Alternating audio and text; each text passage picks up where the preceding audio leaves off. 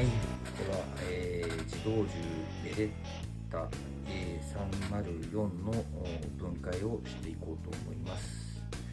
今これ保管状態から出してきた形ですので、先台が取り外してありますと模擬弾が中に入っている状態です。やっていきます。まず模擬弾を出しておきます。このボタンを押して、今も押されている状態です。スライドをして引っかかった状態ですね。これ弾を出します。はい、今引き金を引いたけどボタンを押すとガシャンと戻ってくるので気をつけてください。この先端のスクリュー、先台がついている部分の先端のスクリューを半時計回りに外します。これでも重心は逃げていきます。重心を抜くときにこのパーツが落っこちないので親指で持って前方にスライドさせます。もう今実はこれ掃除が済んでるのでピカピカなんですけど、一番汚れるところです。はい、次にこの取っ手を指で押さえながらこの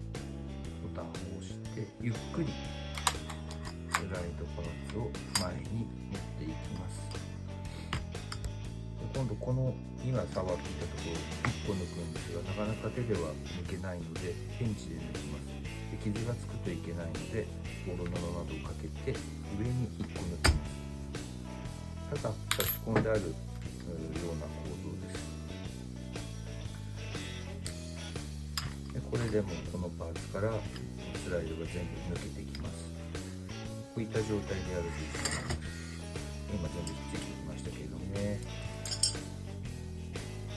こんな風に組み合わさって3つに分かれます。でこの部分、この動くところを根っこ固定されてないピンが入れてあるだけなので、横にするとスポンと抜けちゃう、今抜けましたけど抜けちゃうことがあるので気をつけてください。組めばいいんですけども、バラバラにした方が掃除もはかどるんですが、なくしやすいので、なくすと見つからないパーツなので気をつけてください。水平に置いとけば大丈夫だと思います。次に、この引き金アッセンブリを抜く前にこのセーフティーをかけておきます。そうじゃなくて引き金を引いてしまった時に鉄がポーンと出てきて、危なかったりこんなダメージを与えするかもしれないのでセーフティーをかけておきます。で、引き金アッセンブリを固定しているピンがここにありますが、これは細めの六角ボルトですけども、何でもいいんですけども、こういったものでピンを一方に押してやるとどっちからでも同じように抜けますが、こう抜けていきます。ここで引き金アッセンブリ、抜ける状態なんですが、このボタンの内側にある、出っ張りが引っかかってなかなか抜けづらいですので、これを押しながら引き金アッセンブリを前方にスライドさせます。そうするとスルッと取れると思います。引き金アッセンブリが抜けた状態です。今鉄はこうして交代して引き金が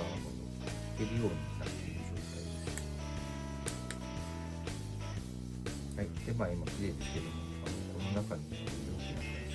汚れがたまるので、ここをきれいにしてあります。綿棒でちまちま掃除することになります。バラすのはここまで。